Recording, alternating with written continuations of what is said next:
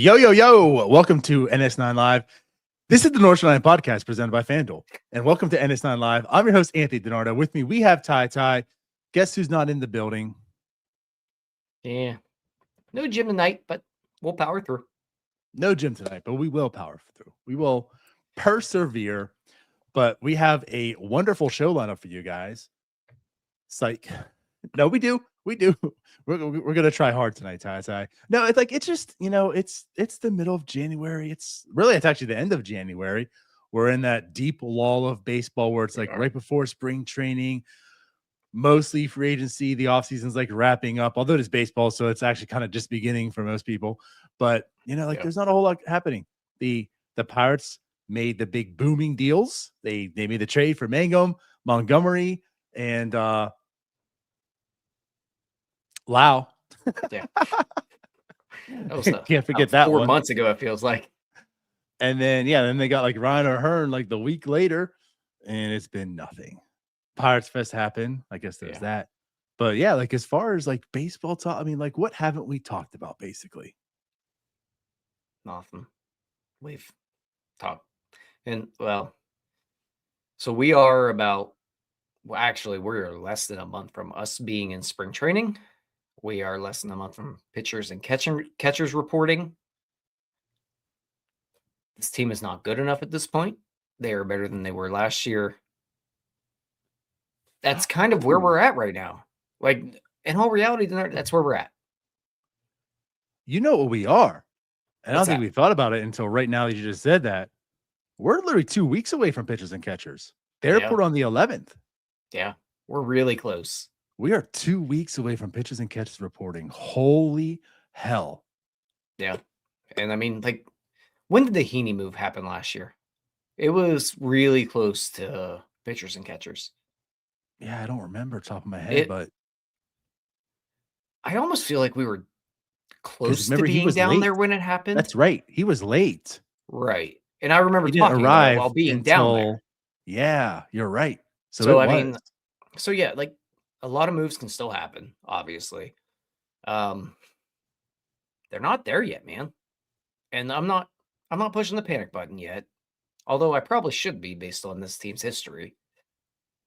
But there's still so much that needs done. Right. Well, we have someone to talk about that could be that person. Eugenio Suárez, maybe. Yeah.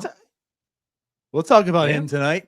There's I mean, I don't know. Like again, I'm not here saying that I believe it'll happen, but there's a lot of smoke going on right now. I mean, his market isn't really there. Yeah. MLB trade rumors projected like a 3-year, $63 million deal. Well, that ain't happening, Tyler. That ain't happening. Will it be a 2-year? Will it be a 1 year? What are the dollars going to be AAV wise? Is this something the Pirates can sneak in and just say, like, you know what? We might have to extend a little more than we're comfortable with, but for that bargain, maybe we'll do it. I don't know. We'll talk about that. We'll also talk about Bryan Reynolds. Jason Mackey talked to him, put out an article today, revamping his swing. Maybe we'll see for sure a better 2026 version. And then outside of that, I don't know. Outside of that, I don't know, man. We'll think of something. We'll be here. The chat's lit. It'll tell us some things. But no, we'll definitely have some things to talk about in that sense. But before we do, you know what we do now on these Wednesday shows. Yes. Right? I'm fully aware at this point. I want to ask you a bunch of questions. And I want to have them answered immediately. So yes, the NS9 really stupid question. That's been a hit. It's been a hit. Everyone's talked about it. It's just sweeping the nation. And so far, we're batting 1,000. We're batting 1,000. I mean, last week it cut close. But Nagowski came through. So we're still batting 1,000. Everyone has answered it live on the show. And we can't let it happen where they don't answer without Jim. Because then he's going to say that it only happens when he's on. For the love of God, whoever gets this question tonight, please do not ghost us. I promise you, we will never speak to you again. Which I mean, I'll Maybe throw it out that's there right now. I will never say a negative word about you if you answer us. And I can say negative words. Lots of them. that's fair, because I feel like us not talking to them ever again might be enticing enough for them. Yeah, to that's purposely a not answer us. positive. I won't say anything negative. There it is. But like Antoine Kelly answered within 6 minutes, like wonderful, right? Antoine Kelly, wonderful, nothing but great things. This person doesn't answer, man, it's over. It is over. Yeah. Trashed forever. Tyler, why don't you tell everyone what the question is going to be? Well, let me pull it back up here. The question is going to be, if animals could talk, which one would immediately get canceled? I like this one. I love I like this this one. I don't know what my answer would be on that one. I always I'm feel not like, sure. it's a very boring answer. I feel like mine would be just like a cat because they're so mean. They're just so mean. They're dicks. Yeah. They they're are. getting cats are getting canceled right off the bat. I don't know if to be like, I feel like, but they're smart. Like cats are very intelligent. Oh, one of them cats are stupid. They're going to wisely say the words to cut you down, but not get canceled. I feel. Yeah, they would know how to speak. But what I if think you run into a it has to feral be cat? some stupid, silly animal that just. I feel actually, to be honest, I feel like it would be more like a dog than a cat. Not Some a goofy dog. dog A dog would would just say never. something. A goofy dog would never get canceled. Yeah, but the dogs are too lovable. They're on your A side. feral cat? That thing's getting canceled all day. Yeah, I don't know. But I'll tell you what. Let's find out. Let's find out. Let's find out who we're asking. Someone has a We're better gonna answer. spin this wheel. And like we said, we're what, 7 for 7 now, something like that. Something like that. Man, it's gonna be another player. Who do we got? So Cannon Reader. All right. It's another prospect. These prospects are getting hit with some of the most difficult questions they've ever seen. Ever. Could you imagine answering this question at the combine? I mean, I went to a cat, which is the second most domesticated animal we have. So it's a difficult question. It is. Well, I'll tell you what. I'm gonna get it out there. Carry the show, Tyler. Yeah, I'm trying to think of another animal that might do something like that. Like for some reason I was down a penguin TikTok today, rabbit hole today. Speaking of animals, a rabbit would not do it. Possums would not do it. A raccoon might do it. A raccoon is a dick. I could see a raccoon being the answer. They're mean. They are mean. But I almost feel like the problem with a raccoon is, are they cancelable? True. I don't know. I don't know. Oh, well. Let's not dwell too much on this. We'll let let Cannon tell us his answer, and then we'll find out what happens. But Suarez to the Pirates? Ty? You know what? Can I ask a question here? And there's nothing against anyone, because I've heard this pop up a few times. I think I've heard it on 93.7 as well. I've seen it come up here and there. Fort did mention it last week. Where is this coming from that Suarez does not want to be a Pirate? I have not seen anything along those lines. You know what? That's a good question. And I do say that because I've heard this enough that I've heard it. I've just assumed, I haven't seen it. Oh, okay, I must have missed that. Right. But if I missed it and you missed it, well, it still could have existed. But maybe it didn't exist. So that's a good question. Anyone in the chat, does anyone know where the source of, because I've also seen it on Twitter, like people saying it. I've seen it a lot of places. Someone else has said it also. Like, are they just regurgitating whatever this narrative is that's potentially false? I don't know. Does anyone have the source of where Suarez has openly come out, publicly stated he doesn't want to be a Pirate? Yeah, and I've heard he doesn't want to be a Pirate. I've heard that maybe he doesn't think the ballpark's a good fit for him. The team's not a good fit for him. I feel like I've heard everything, but I have not seen that any article about the source saying it. I just haven't seen that. So that's where I guess I just don't know. And maybe it's one of those things that's quietly known. It could be one of those things. But I haven't Maybe. seen that out there at all. And enough people are talking about it where I don't know where it's coming from. Yeah. No, that's like very legit. I don't know either.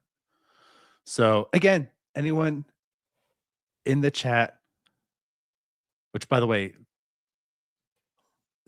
all the comments just popped up. There was a delay in the comments for us on our stream here. So we're now just getting them. And with that said, we do appreciate Brian Oliver for becoming a YouTube member. Thank you, Brian. Have fun with all the GIFs. And all the videos first.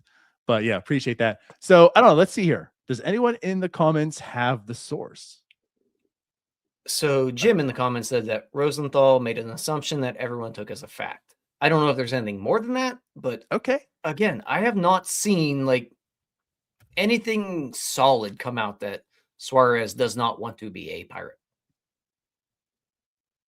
That's where I'm Jack confused. says, stupid bow tie, man. But at least it says, at least I would assume though, Ken Rosenthal pronounce it bow tie. Unlike our favorite pirate, Chris, it says bow tie on Dancing Moms. Sorry, I had to get a dig in there. Dancing Moms. And everyone else is like, I don't understand this inside joke, but Dancing Moms.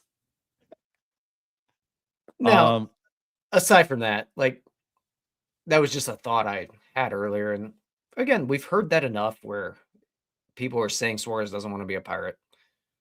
He might not want to be, but regardless of that, we're hearing, and you text me a thing earlier, like the Suarez market is not as, I guess, eager as originally thought.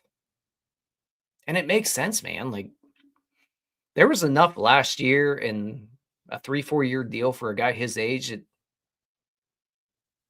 It makes sense that the market's not super hot for this guy. Yeah. Well, maybe not for what he's looking for. It's still when you say it hot. makes sense, what do you mean by that? It makes sense that not a lot of teams are maybe willing to pony up, I don't know, 18 to 20 million a year for a mid-30s guy that really fell off in the last half of the year. Okay. So you're coming to, because again, that's what a lot of people are alluding to as well. Like the risk in, he didn't have a good second half. Right. He's 34 years old, you know. And I think the years are the biggest problem with it. That opens a window, man. It does. Yeah. Like if the years are a problem, you can do something there. You just got to give a little more money. And that's why I feel like we're having this discussion right now to entertain this possibility. Again, am I optimistic that this will happen? I'm not. However, if there was going to be a scenario where Suarez could be a Pirate, this is the scenario. And it is essentially happening before our eyes. And when you're talking to, obviously we're not talking, I guess, but when other people are talking to established people in the media, some national reporters, you know, John Heyman being one of them, and like everyone's top 3 potential places for Suarez to go to, the Pirates are in on it. Whether it's Jim Bowden, which again, I understand if you want to take that with a grain of salt. However, you know, he's talking based about on listening to us, maybe take that with a grain of salt. Right. But what aligns? Like, who needs a third baseman at this point in time? I mean, the Red Sox do, the Pirates do, Seattle probably does. The teams that need third baseman at this point in time are drying up. The teams that are willing to spend the money that Suarez wants aren't truly there. So again, maybe there's a scenario where, again, he's not getting the $21 million a year for 3 years. But does that mean it's 2 years at $21 million a year? You know, like, does the market drying up say, okay, we're not willing to go 3. He takes it 2, and maybe it's not 21, but maybe it's 18 or something. I mean, is that enough for the Pirates to be like, oh, let's do this? And for him to take that deal? I don't know. Is a 1-year deal something that's out there for him? I don't know. But what I do know is it's dwindling down, and it is, like you said, almost February. And typically this time of the year, big contracts don't exist. Like if you're going to get that big contract, it's happening before the year turns. Once that year turns, things start dropping some typically. And that's where he's at right now. Yeah. And like, to your point there, later in, like when you get to February, you'll still see big moves, but those are for the big dudes. Like Bryce Harper happened late. Manny Machado was late. Those are dudes. Eugenio Suarez is upper tier, but he's not a 7-year, $300 million contract. He's more in that middle realm. Right. Which is where, like you're saying, those guys are usually gone by now. And if they're not, they're hanging around a long time because they're usually holding out for something big. Right. So then do you go, like, could the Pirates just like pony up 2 for 50? Is that something you would maybe think about? Well, I think that's the issue. If it's 2 for 50, is that enough for the Pirates to say we're getting a bargain? Let's go out of our comfort zone to do it. I don't think the Pirates are, because essentially I didn't think they're going to do 3 for 60. So like is 2 for 50 going to be that? I guess where I'm at is even 2 for 40 the comfort zone for the Pirates to extend and say, you know what? We thought this guy was out of our price range. We're looking elsewhere, but if it's 2 for 40 and not the 3 for 60, let's move that. I'm feeling like it's got to be like the 2 for 30. So the question comes down to, is the market dried up so much that we're entertaining like a 2 for 30 for Suarez, and the Pirates are saying, let's do it. Bob. Okay, listen, Bob, if you want Kutch to come back, if you want this finale tour, I'll meet you in the middle. Give me Suarez. Open up that book. Give me Suarez. I'll give you Kutch. You know, like there might be some internal bargaining going on or something, but like that's, I guess, where I'm at. Like I feel like $20 million a year is probably just still way too much. That's where, again, you talk about hopefulness and talk about reality check. Like I don't think $28 million a year is making the Pirates say, okay, let's get this guy. I think that's like, well, that's where we valued him anyways, and we're kind of out of it. You know, like we've heard they've been talking. We've heard, you know, after Okamoto was out that the focus, you know, the focus to some degree was on Suarez, but I'm sure it's also like, hey, listen, we want you. We could do, and I'm putting out an arbitrary number. We can do 2 for 30. If you're not getting what you are getting and you come to this price, let's talk. All I'm alluding to is that could be in a realm of possibility right now where he's coming down to where the Pirates feel comfortable extending themselves at. I guess my only thing there is that I feel like if 2 for 30's on the table, the Red Sox or the Mariners are going to jump it in 2 for 40 easy. 2 for 35. Well, like, but I mean, like, my point is, he is coming down. Then it sounds like there's a market for him. Right. And and part of the reason I'm saying like just throwing 2 for 50 out there based on the 3-year deal that was projected in the annual value, but I'm also throwing in the fact that there might not be baseball next year, man. If I'm taking a 2-year deal, I'll throw a little extra money at you. I'll roll the dice here. That's me. Bob Nutting will never do that. Okay, fair. But really, if I got you, Steve Cohen. I mean, you're close, man. And at that point, like, what is an extra? I mean, look, 2 for 30. I don't think it's going to happen. I don't think that's going to happen. I don't at all. I think we're still looking at around $20 million a year. What's an extra $5 million going to do?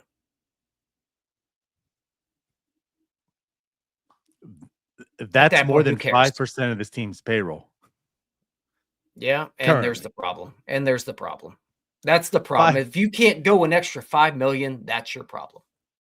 Well, then, like, let me ask you this: if they would eat, like, if that's going to cost that extra 5, I mean, because the 15, I feel takes his team out of their comfort level, or at least they're at that end of it, right? I mean, if we're discussing that they could go to 110, that puts them at 110. Almost. Essentially, they're right there at that cusp by signing him. So if you're going to go the extra 15, that puts them. I mean, it's basically going to be at like 117 and 118. Yeah. If that's where you are,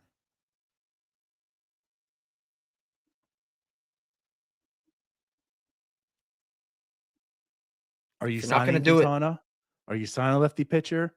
Are you signing another depth guy? Are you signing cut? You know, like that. Like, what does that ripple effect cause? And are you willing to say that's the trade-off? Like, Suarez makes the difference by not going out and getting all the other guys. Like, if we get Suarez, we're done. I think there's still some things you can do there. Like, at that point, maybe you move on Joey Bart. I think there's enough you can maybe free up 5 to 10 million. And there's enough of the castaways that you're paying that do you have to pay them? No. You could probably trade for peanuts if you're really getting into the nitty-gritty. But at the end of the day, if you're not doing it now, you're never going to do it. Yeah. You have to go now. So if it's an extra 5%, it's got to happen now. There's That's no why- other time than now. So I agree with you. But again, also where I'm at, that's why I think if it's still entertaining 20 million, again, like even if it's at 15 million, I'm not sure the Pirates are really a true player in that also. But I think it's going to have to get to it's 15 a year. It's a 2-year 30 for the Pirates to say, okay, now we're serious. We've been talking. Mm-hmm. And again, like I felt like it's probably more the sense of, which they've done before. And every team does this, but the Pirates to a greater level, right? But like every team does is like, hey, you know, we want you. Here's all we can do, though. So like if you're getting to this level, let's reconnect. I feel like that's what the Pirates are doing all along, and it's going to take probably like a 2-year. And again, it might be a 1 year, but it's probably going to be like the $15 million range where they're saying this is extending ourselves past what we're wanting to do. But maybe that's where, if Cherington wants him to that degree, that's where Cherington can maybe get his negotiation skills on with Bob Nutting and say, listen, we got to do it for this guy. I get it, but I just don't. I don't see it getting to that number ever. I don't. Again, I don't. Yeah, I know what you're saying. You understand though, what I'm saying? I do. I don't either, but I feel like that is where it's going to have to come for the Pirates to be real players. Right. Like, I think we're on the same page here. I just think they need to spend the more. You're just on the realm of I don't think they will. Unless it gets to this point, it's not going to happen. Because again, I think the 2 for 30 is making them go past where they want to be. So 2 for 20, right? I'm saying not 2 for 20, but 20 a year, right? That 20 million mark is well over. Because again, we have to be honest. Like we think this team truly, and Ben does too. Like this team needs depth in the rotation. I mean, that's going to be $5 million probably minimum there. You probably want to see him go out another outfielder or something, some depth piece somewhere. You're still talking, you need to add $5 to $8 million more on just some depth. Talking about another arm potentially, you know. So like if you get Suarez at 20 million, I mean you're talking like this payroll's still going up 25 to 30 million more dollars by doing it year round. Again, that's why I do say this 2 for 30 is probably where the Pirates become serious in his market. And can it drop to 230 for the Pirates to realistically be there? I'm with you. If it's 2 for 40, like this is the type of bat this team needs. This is the type of bat this team needs. If Suarez takes 2 for 40, that contract needs to be done right now. Done. If he is accepting 2 years at 40 million, if I'm the Pirates, I'm shoving that contract down his throat. I am tranquilizing him and signing for him. Don't care. You're a Pirate now, buddy. I agree. And maybe let's talk about that a little bit, because I think there's a reason why his market isn't as robust as he may have thought. He's 34 years old. But Tyler, this is a guy coming off 49 home runs. Right. This is a guy who's been quite consistent. I mean, he plays every single day, essentially. He gives you availability, which is one of the best traits you can have. He is on that field. He is giving you power consistently. You know, he has good offense, but he hit 211 last year. strikes out 228. 30% of the time. Walks aren't what they used to be. You know, he's walking like 7%.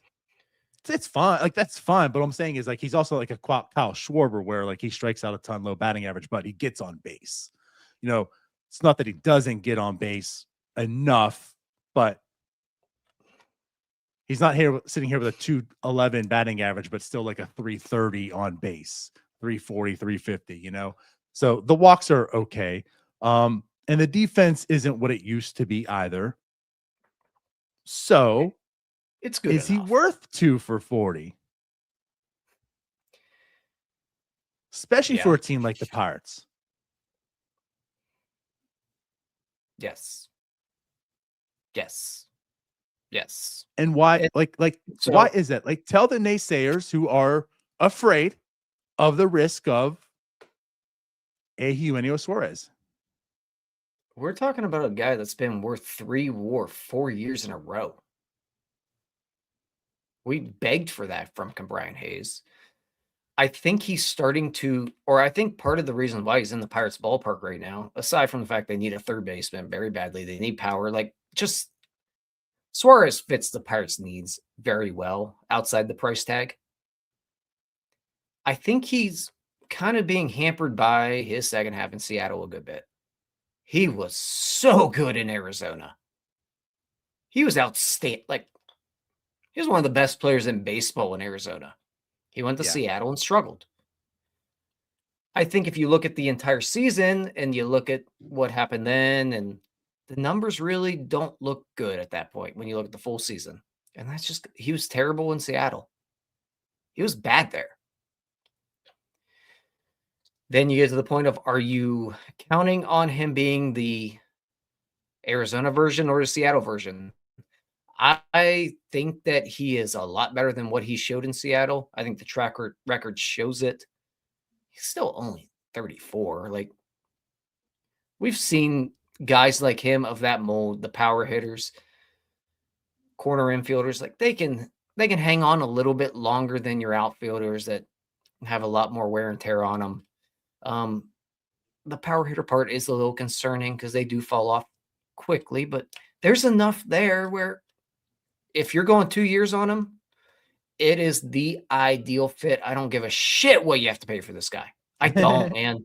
I don't care. You have 4 years left of Paul Skeens under the team control. 4 years. That's it. Yeah. Mm-hmm. You already wasted 2 of them. 2 are gone. Mm-hmm. Dead and gone. Done. You completely wasted them. Threw them out the window. Can I also add on top of that? Like, you also made a trade, and I understand there's 2 more players. They add long-term value, but you made a trade where the headliner was Brandon Lau, 1 year. Like, he's here for 1 year, and what you gave up for that was a controllable pitcher. It was very cheap. Right. You made a deal for this year. Why are you not capitalizing on that? If anybody has that answer, I don't know. Because from what we've heard from Ben Sherrington out of his mouth at this point, even at Pirates Fest, I was there, it was still the same thing. We want to continue to add.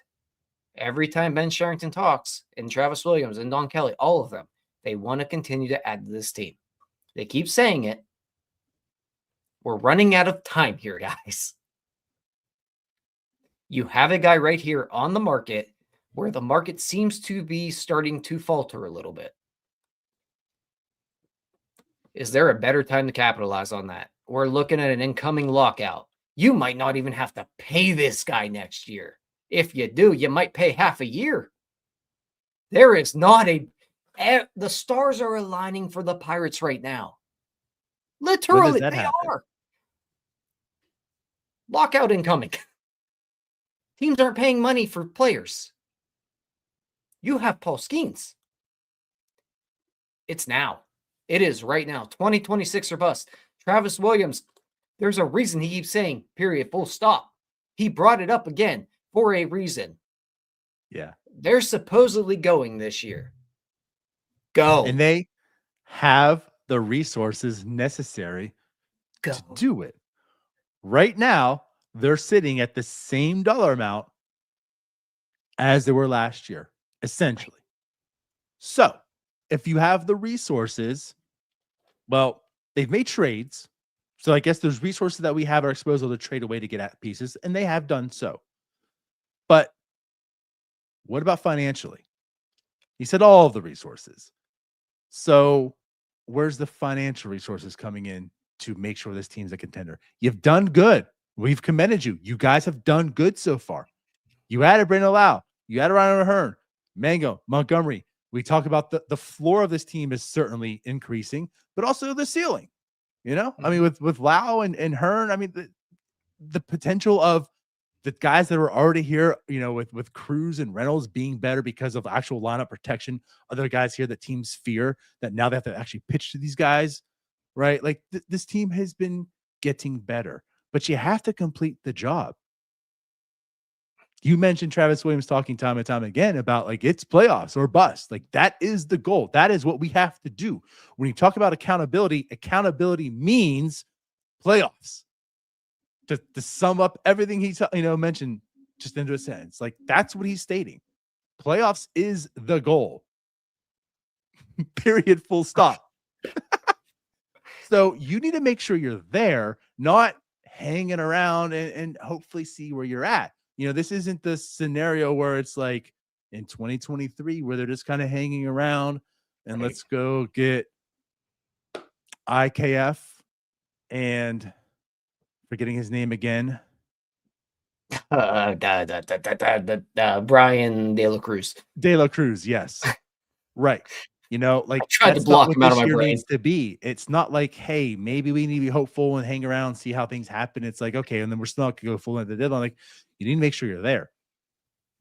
And I do think Suarez does that. I mean, that type of power. And again, like he's 34 years old. What if the power isn't the same? What if it comes down? I don't know, Tyler. What if he drops to 30 home runs a year? Oh no, the boogeyman came and he's only a 30 home run hitter.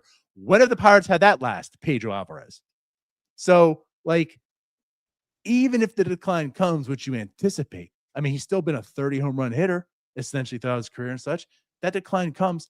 Also, in the 49 he hit last year, he hit 42. He was hitting 42 in PNC Park. So this also isn't something where it's like it's completely being zapped, right, by coming to Pittsburgh. I mean, he still hit 42 home runs if all of his games were PNC Park, which, by the way, they wouldn't be. There's two ballparks in that division, Milwaukee and Chicago, where he would hit 54 in those ones. So, like, honestly, if he was a Pirate all year last year, he's probably still hitting about 45, 47 home runs. If he drops down to a 30 home run hitter, dude, that's what you needed. You know, like what this guy can do for this lineup that already has, again, like, I know it's not complete, but you expect Onel Cruz to get better, and you expect him to get better if he has good players around him. Same with Reynolds. Those are two dudes within your organization already that have shown to be Reynolds more. I get it. Cruz has been up and down, but he has done it before, and you expect he could get better. You add in Lau, you add in O'Hearn, you add in, like, now, I mean, there's like 6 solid hitters.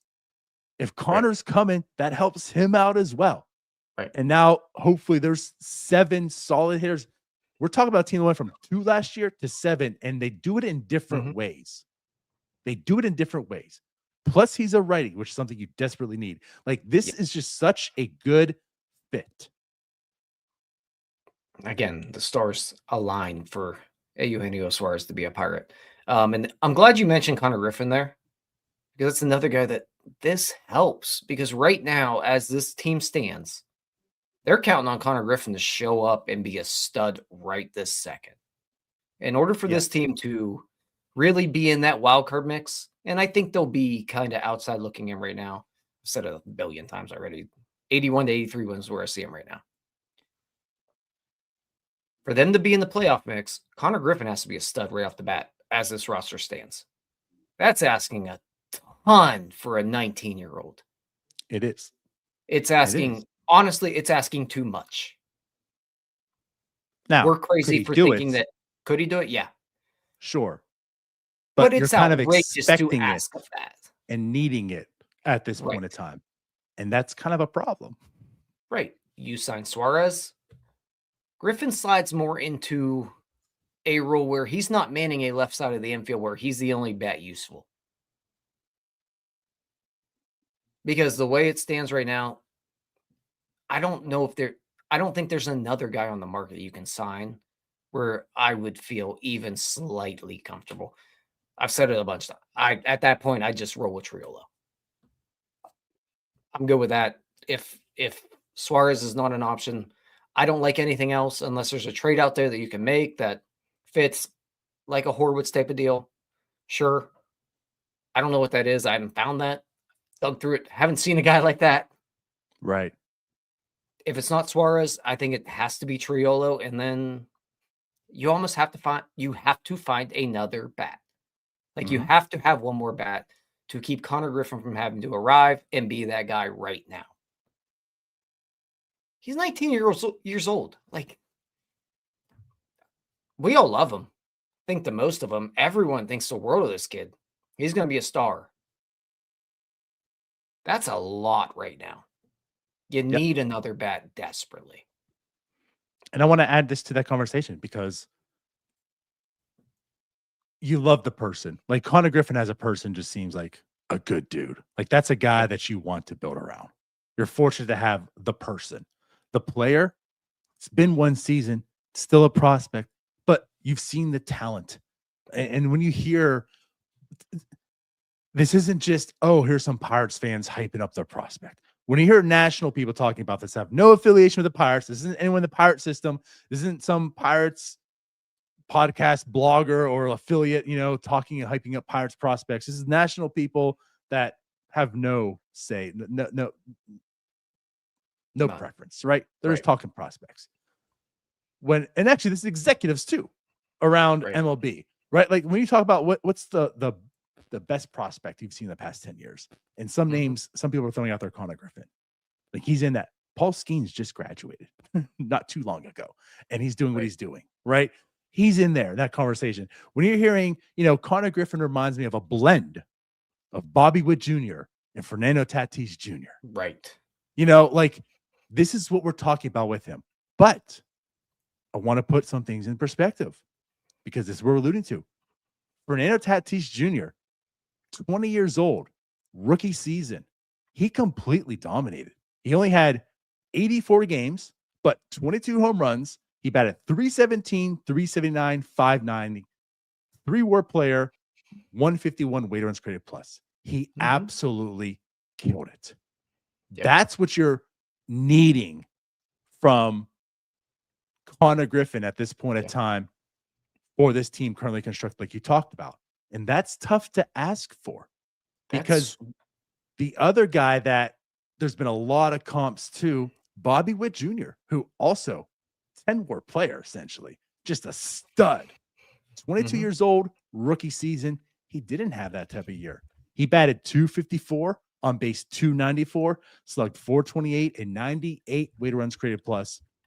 2.3 WAR player, defense, essentially. And that's something Connor can do. Connor has really good defense. So, like, he could emulate that type of year on, like, it wasn't like that great, but a 98 weighted runs created plus. Like, that's fine. If Connor Griffin put up that year for his first year, 20 home runs, 30 stolen bases, but, the bat-to-ball skills weren't as elite, about a league average hitter, okay. But also, like, Bobby Witt Jr. then took off, became a 6-WAR player, and then a 10-WAR player. Connor Griffin might have that trajectory. The difference is, I don't know if it's the difference, but the thing is, like, his rookie season, he wasn't that. And you have to understand, like, Connor Griffin might not be a 10-WAR player off the bat. He might not be a 6-WAR player off the bat. He might not be a 3-WAR player off the bat. So adding a guy like Eugenio Suárez allows him to not have so much pressure, not have to be the guy. You do your thing, you develop, you get better, and he's still going to be an asset to this team. I feel very confident some way or another. Still going to be better than IKF, I would imagine so, right? Still going to be better than what shortstop was last year, but he just might not be that dude off the bat.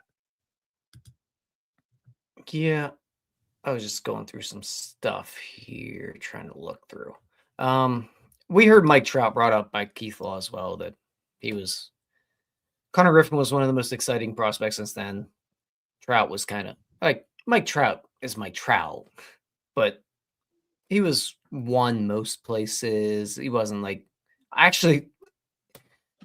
What I'm getting at here is Connor Griffin a better prospect nationally than Mike Trout? Like recognizable? I feel like everybody has him one. And it's almost like unquestionable. And so the reason I bring that up is even like Mike Trout, his rookie year, he played 40 games, but he didn't light the world on fire. He was a below average hitter. Connor Griffin could have a month or two where it takes a while to get used to playing Major League Baseball. He could be really bad for a few months and then take off. A lot of prospects do that.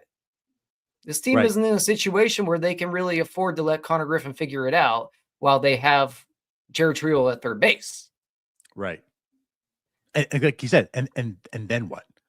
So it's Jared and Nick Gonzalez on the left side. So then of the you field, wasted 2 months, and now you're playing, I don't know, 5 games under 500 baseball for a while because your guys just aren't ready yet. That's why you need a Suarez. You need to allow the landing to be soft for Connor Griffin. He needs to be able to learn on the job, but not have the pressure of being the guy. And O'Neal Cruz faced that. When he came up, he had to be the guy right away. Like, how many guys have we seen come up and, well, we need this guy to make it? Henry Davis had to save the season. And again, like it wasn't fair, but we were pounding the table because like this team, maybe they could win if Henry Davis would go, like just put him in right field, like do whatever you need to do to get his bat in his lineup.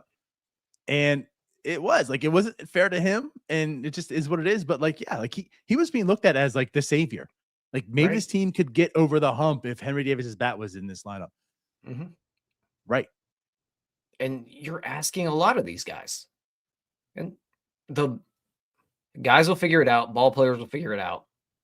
But the timeline is not the same for all of them. I think Connor Griffin is going to be a superstar in Major League Baseball.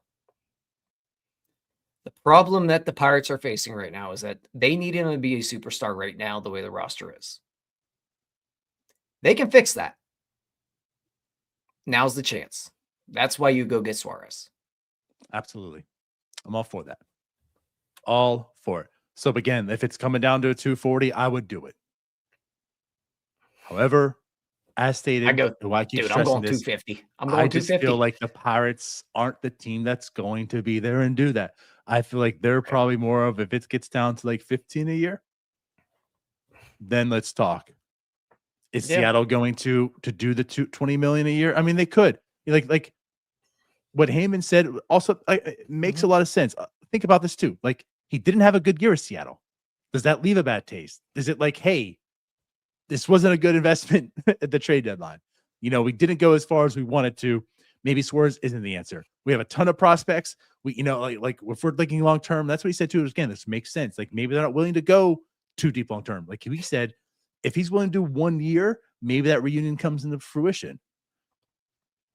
Maybe Seattle's not the good fit. Boston does worry me, but is Boston willing to? I mean, you hear Boston fans how cheap they are and such. Like, is Boston willing to do that right now, or is a trade for like a Paredes who also like he fits that stadium very well? You know, with Paredes, like the only place that makes a whole lot of sense where he could be a really, really productive player is Houston. Next is kind of Boston. You know, like maybe they're just saying, hey, let's go get this guy who's a really, really good fit, and we could probably get him at a good value in a trade. Pretty cost effective.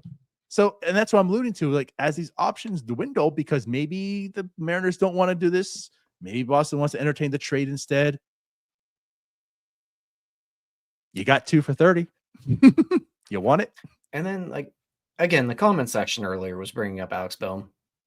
Yeah. And they did mention if the Phillies are in on Suarez, like Bohm could be an option there. That is a trade target I think they could go after. That would make me feel okay as well. And maybe he's a more comfortable fit for the Pirates. I think that would be correct. Yeah, but are the Phillies going to trade him for? Dave Dombrowski came out and said, we're comfortable. We're comfortable with our lineup. Yeah, that's the thing. Like, and Dave's are you never the type to be comfortable.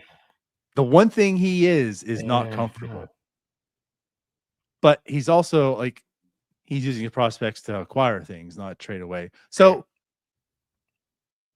I thought Bo made a lot of sense earlier on in this offseason. At this point in time, I don't really necessarily think the Phillies are entertaining trading him. Not after what they've done so far in the comments. I think the Mets make more sense if they're looking for a trade, and I think that could happen. But the thing is, too, is like what we have to understand is it takes two, and the Pirates don't have MLB talent left to trade away to do so. Because as we talked about earlier, and we continue to, and will continue to, is like they need depth. They still need starting pitching. They can't afford to give up, and they need offense. Like they need everything. They need every aspect of the game. They can't afford to trade something to get like that's it's a net zero almost to some level. You know, like if you're trading Vientos, are you trading a 2-war pitcher? Then what did you do? So we were all going the same someone place who's willing there. to take prospects. What's up? We were all going the same place there. There was a comment here, Tyler's favorite, Vientos, and then you said Vientos, and my brain was thinking Vientos, and I'm like, I don't want Vientos. Right. I get it. I'd be okay with it. I don't want him. But again, like that's the problem. It's a bunch of guys that I feel like I'd be okay with, because at least I would much rather have Jared Triolo in that super utility role. I think he could flourish there. So if that's happening, you want someone else a third. That's why I'd be okay with it. But that's the problem. We're in a world right now where everyone else is, I'd be okay with that. And then there's Suarez, who's the difference maker. Get the difference maker.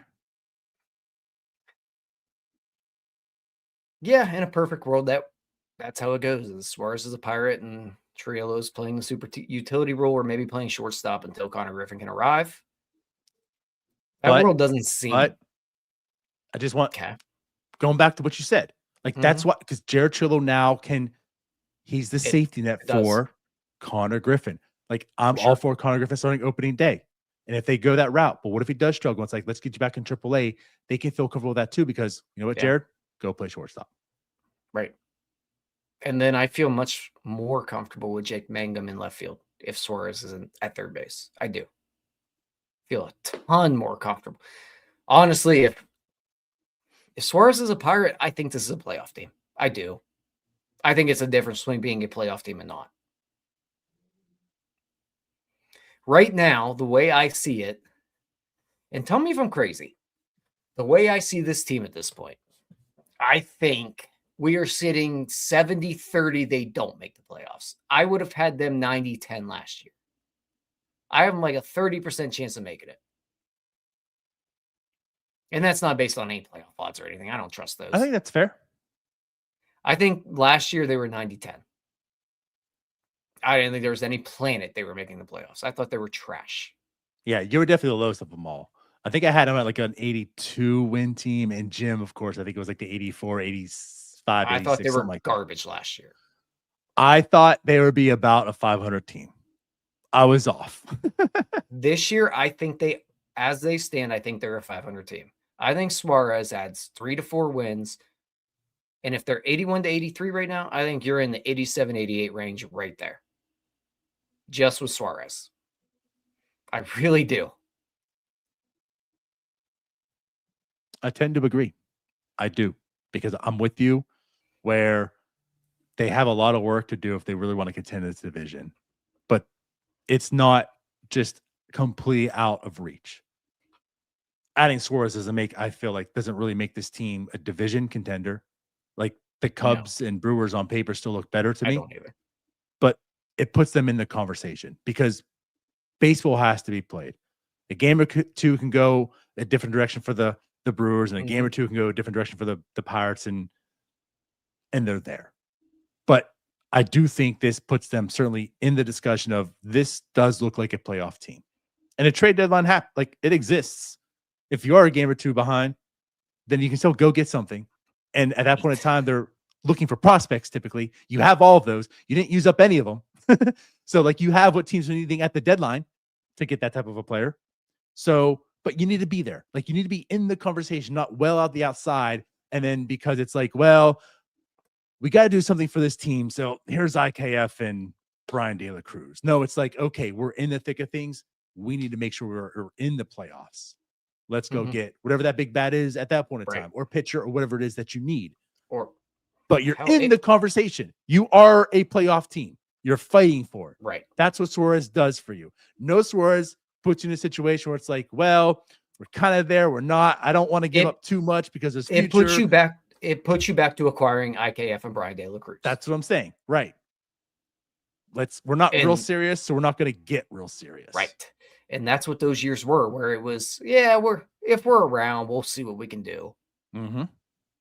This year cannot be that. No, you need to be planning already that we're going to be making acquisitions at the deadline because we are winning baseball games this year. No ifs, ands, or buts, period, full stop, damn it. Boom. I mean, they've said it themselves. Out of everything they've said to this point, I think, just based on what they've said, it sounds like if we don't make the playoffs, we're all getting fired. Because that's the way it sounds from everything they've said to this point. And this might sound mean, but they should be. Right. You know, like here you are at this point in time still.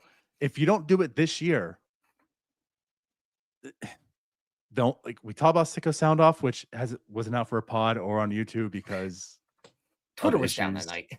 But I promise you, we said this.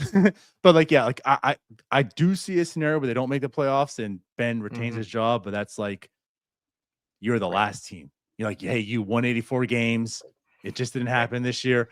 I'm not advocating for it. I'm just saying I could see where Bob says, let's run it again. But truth be told, it more or less is like if this team isn't a playoff team, there's going to be jobs at stake. I mean, and again, probably rightfully so. That's what I took from Travis Williams at Pirates Fest talking about accountability. Accountability is winning. Okay, then you better win. Yeah. You've said it time and time again. Our expectation is to be in the playoffs. For sure. You have to do it. And hey, we're running out of time here. Like, pitchers and catchers are really soon. You need another arm. You need at least one more bat. Briefly, there was a comment in here. Zachary mentioned an alternative to Suarez of Conforto, Urias, Kutch, and Quintana. The one I did, I've kicked around Conforto a good bit. I don't think that's the worst idea ever. I could do Conforto and Quintana, and then maybe one more piece. Like Quintana, Kutch, Conforto. It's not Suarez. It doesn't put me in a mood where I am thinking this team is in the playoffs. It's a better team. And it's a more affordable option for sure, I think. Because I don't think Conforto's going for much. Conforto's probably $5 million. It's bad. 5. Kutch 5. Quintana 5. There's 15. I don't like Conforto either, really, but if you're looking for, you know what, hell with that. At that point, just give me Tommy Pham. I'm at that point now. You know what? If we don't have a better left field option, give me Tommy Pham back. Let's ride with that. Now I'm getting crazy, aren't I? No, but yes. But listen, all for Q. All for Quintana. Yeah. Absolutely. As a Conforto truther, I liked Conforto. I know he had some injuries and whatnot through his career.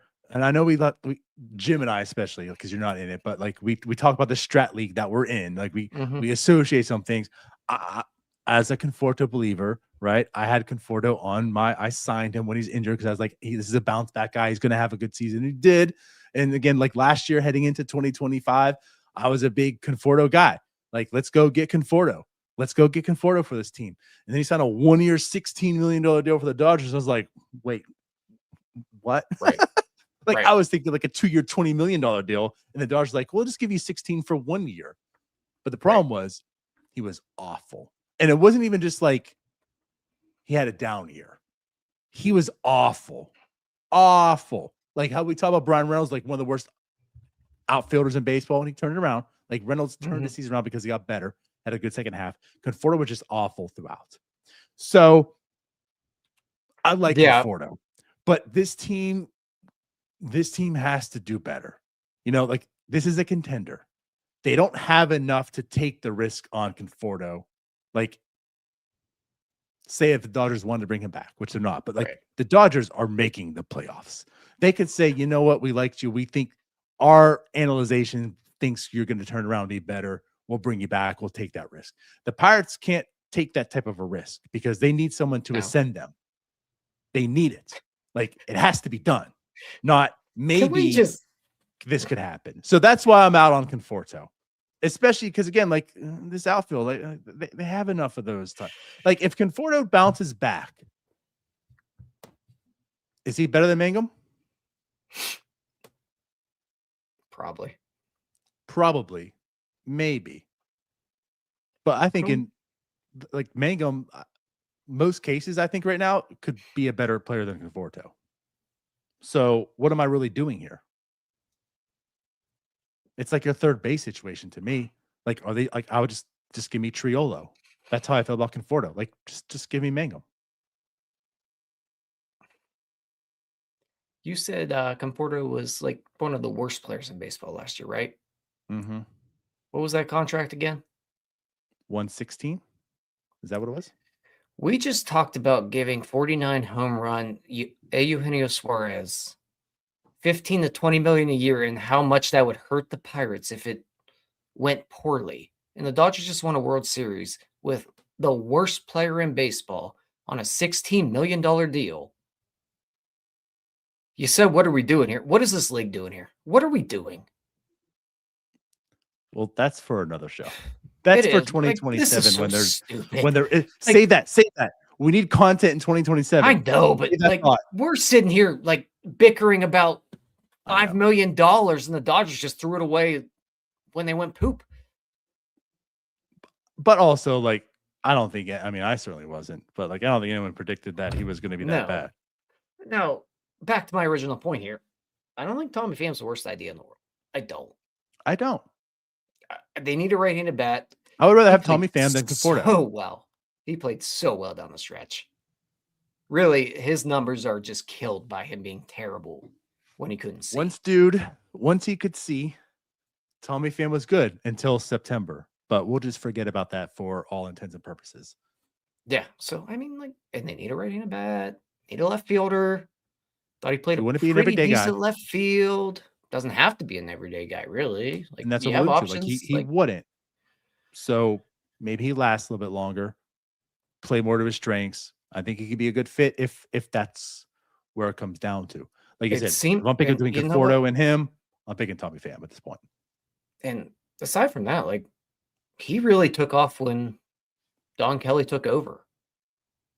And I don't know if it's anything related to Don Kelly or anything like that, but at least we saw more of a leadership type of Tommy Pham when Don Kelly took over. Like, he was always talking about the approaches of everyone and things like that. So I don't know. Maybe I'm just spinning things here, but I'd be willing to bring back Tommy Pham. Yeah. Agree. What about Bryan Reynolds? Yeah, we didn't talk about him yet. Yeah, we spent an hour, technically 59 minutes on Suarez. I was like, we have one more topic, don't we? We spent $1. I'm sorry, we spent a minute per $1 million that he's worth. Right. See how Bryan Reynolds talked to Jason Mackey. Not that. Not that. But he did talk to Jason Mackey. Yeah. Basically just a lot of mechanic stuff from what we gathered with the article. Mm-hmm. it makes sense to me. Just I don't want to bore everyone with details, but Bryan Reynolds to me has always been a ground up type of hitter. Not really super mechanical either with anything he does. A lot of it, I think, is just timing wise. I think he's going to be okay. I really do. It's hard to tell right now, but the strikeout rate was concerning last year for sure. The tick up with his age definitely like shows him on a downswing. If we're not buying into Bryan Reynolds, we're not buying into the Pirates in 2026. That's really what it comes down to here. Bryan Reynolds has to be good this year. I'm going to believe that he can get back to the feel he had before.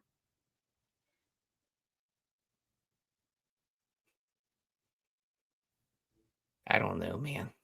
I'm afraid of Bryan Reynolds and where we're going with him. Well, I mean, that's interesting you say that because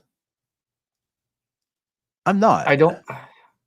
So I mean, think about this. Like Conforto had a terrible year, and I'm poo-pooing him, and Reynolds did too. But again, the difference was Reynolds looked more himself the second half, at least numbers wise. Numbers wise, he looked more himself second half. You know, that puts you a little bit at ease. And regardless, like if you're gonna have a bad year, you can come out and say I had a bad year, and I don't like this, I don't like that, I'm working on this, I'm working on that. Like the answers he gave is what every player is going to give you that had a down year, essentially, right? So whatever. But what he is talking about is like he hated his swing last year, more or less. He had no like barrel control, like this. He hated his swing, right. And he's like, I just want to get back to the basics this year. I need to get back to where I was. He's going back to Nashville, and that's why I joke. He didn't talk to dad, but he talked to his high school coach. You know, and I say that because you know the whole Rowdy thing, right? Rowdy's like, I talked to dad, and that became like your bit, but like it turned things around. Rowdy talked to dad, and Rowdy had a fantastic ending to his season before the Pirates DFA'd him, so he could make. He had a few months that were really good. So he was good. He turned things around. And Bryan Reynolds just, I'm going to go back to the basics. I'm going to simplify things. Soft toss, look at video, no crazy workouts. Just I'm going to get back to the basics. My swing feels better. Like he's stating he's more comfortable. He likes the way things are going. But like you mentioned, that's what he said also is like, but we're not going to tell until I'm in the box seeing 97 come at me. You know, like we're not going to find out until I can prove it. But there's a lot of things that make me believe, unlike Conforto, that Bryan Reynolds is there. You know, like will he be the best version of himself? I mean, he's getting older, but I think there's certainly a good enough bat that he's a difference on this team, and he's one of the better offensive players once again on this team. The way I saw him finish last year, to just the fact that, like, again, he has the track record. It's not that he's 38, 39 years old. Sorry, Kutch. But, you know, like there's no questions now. Like, oh, he's 39 years old. Like, how's he going to come back? Like, this is it. I don't think this is it for Bryan Reynolds. I don't either. It's more of a, like, he's got to be better than league average. I don't want to keep a Bryan Reynolds that's 105 WRC plus type of dude. Yes. That's what I'm afraid of, is that we're on the steady decline right now. I think last year was way worse than he really is. But he can't just be slightly better than last year. He needs to be like a 15% above average player. He needs to be a 2 to 3 win player. He has to be. That's where I get a little bit concerned, because we see the age curve and guys like him don't age well. I'm going to believe in it until I can't anymore, but the strikeout rate definitely started to concern me last year. When the swing and miss is like that, normally it's not a good sign. Hopefully it figures itself out and we're fine, but yeah. But like also, let's be real too, like it wasn't a completely uncomfortable rate. It's not like he was Kang 30% above. It was a jump though. It was a jump, but it wasn't it's not at a rate where you're like, it's oh boy, he's striking out 32% of the time. No, like it's at a point was up there. But I think it's at a point where you're uncomfortable with it, for sure. but it's not crazy enough where you're losing your mind about it and thinking he's done yet. But it's a cause for concern, man. It is. It is. But I also want to allude to, there's a lot of, and this is where it comes down to, if you believe in the underlying metrics, if you believe in this stuff, which I get, but there's a lot of things that point to, there was a lot of unluckiness to his game also last year. Now, that's kind of the MO with the Pirates. Like the Pirates, we talk about that a lot. Like the expected numbers for the Pirates were way higher than the actual numbers. And why? Like, why is that? Like, how can you have that many players? Like, how could it be an entire team that does this? What is the case? And if it is that way for everybody, then is it really that way for anybody? And so again, like, I don't know, but there's a lot of things like StatCast liked him last year. There's not like a whole lot of difference. Like, he's the strikeout, the swing and miss, but like his expected numbers were still good.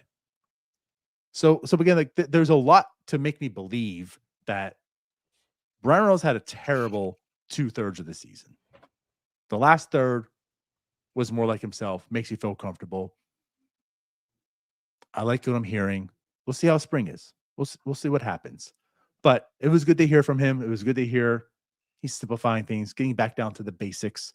That sounds very much like Bryan Reynolds too. I don't want to see Bryan Reynolds doing some fancy smancy drills. No, I want him to frown upon it and laugh at them. No, I want Bryan Reynolds doing T work. Yes. And I want T work. Bryan Reynolds needs to be hitting Oppo Taco, T work, inside, outside, soft toss, front toss. There it is. That's Bryan Reynolds right there. Absolutely. And that's what he's doing. So that's why I'm excited. Damn it. We don't need Bryan Reynolds standing on like one of them weighted balls trying to stay balanced and swing. No, we don't need that. No. Exactly. No. We don't need you hitting a heavy ball. No, we just want some T work. Hit baseball. That's it. Think baseball. So that's what he's doing with his high school coach in Nashville. Well, I mean, love it. That's what we do. Love it. Second best thing from Dad. Close enough. That's it. All right, Ty. I mean, hey, we're counting on Bryan Reynolds. He has to be better. Love the dude. Love how he plays. Love everything about his at bats. I believe in him still. I do. I have concern, and it's probably more being a Pirates fan. We're a little gun shy here. But there's reason. We've seen it all. For sure. We've been here before. For sure. Right. No, I agree. He and O'Neal Cruz have to be better. Have to. Because if not, this was all for naught. There it is. Is that it?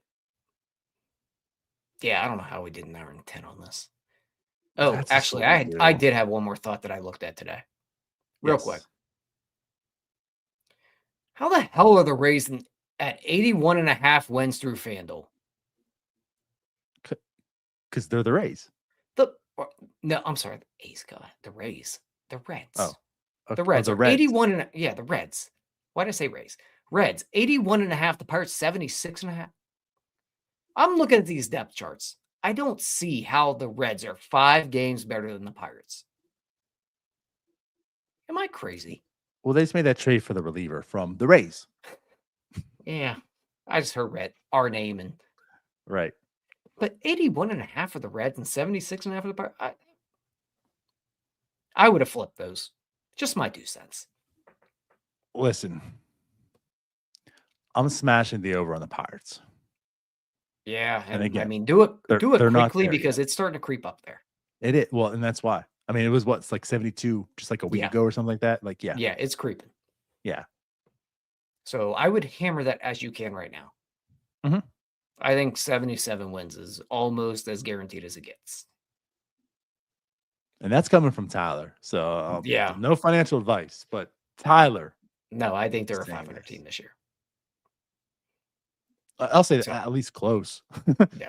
So that still smashes the over on that. If you could have got it before, I would have done that, but I'm still good now. Just my last 2 cents there because I saw that this morning. I'm like, what the hell is going on that the Reds are 81.5 over under? What? I'd smash the under on that. I think that's a good number for them, honestly. But It probably is. I mean, yeah. but I There's feel like still- the Pirates, if the Pirates were there, that's also like makes you think. Yeah, I mean the Reds do have a good bit of internal improvement that could happen where they could be a decent team.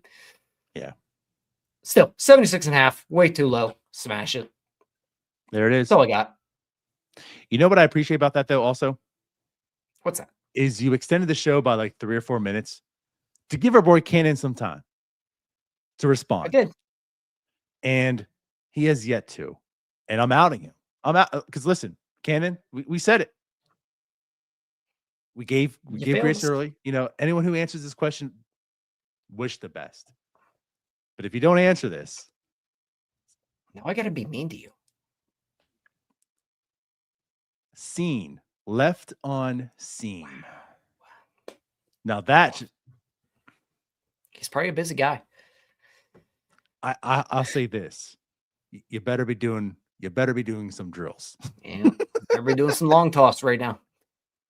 So, Cannon ruins our batting percentage. We're no longer batting 1,000.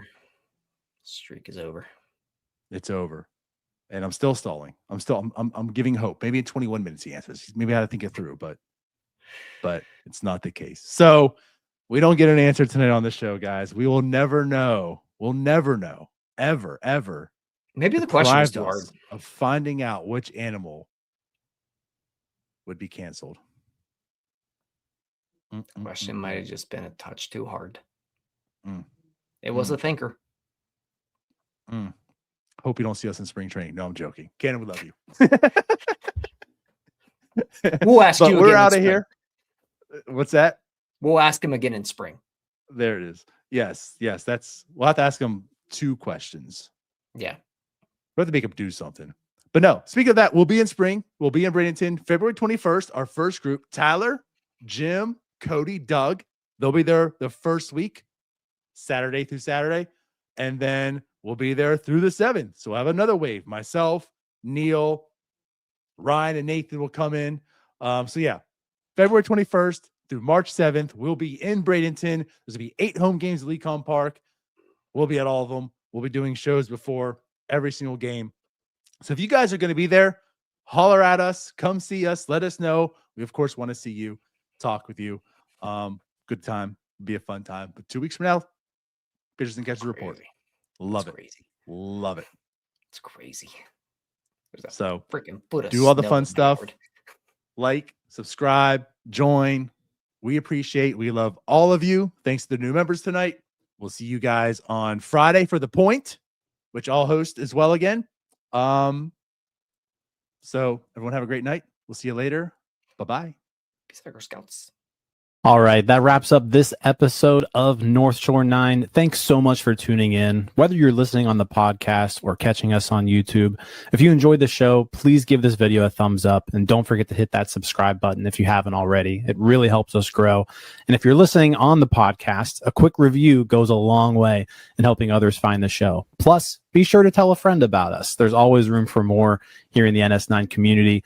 And for those looking to support us a little more, consider joining our Patreon, become an MVP member, and get exclusive perks while helping us continue to bring you more of the Pirates content you love.